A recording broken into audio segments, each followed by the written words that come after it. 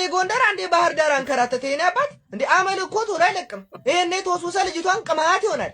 ተርዚና አንተ ፋርግና ፈተሽ አርጋት። እኔ ሲቃም ማቀው በርጫ ብቻ ነው።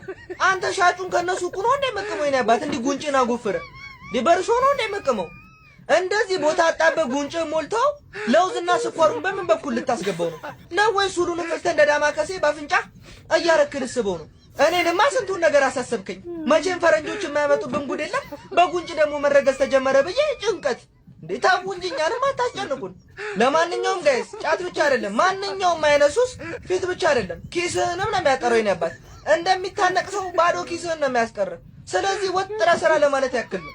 ቪዲዮ ከተመቻችሁ ፎሎ ላይ ኮፒ ሊንክ እያደረጋችሁ ቤተሰብ መሆን እንዳይረሳ። ይመቻችሁ።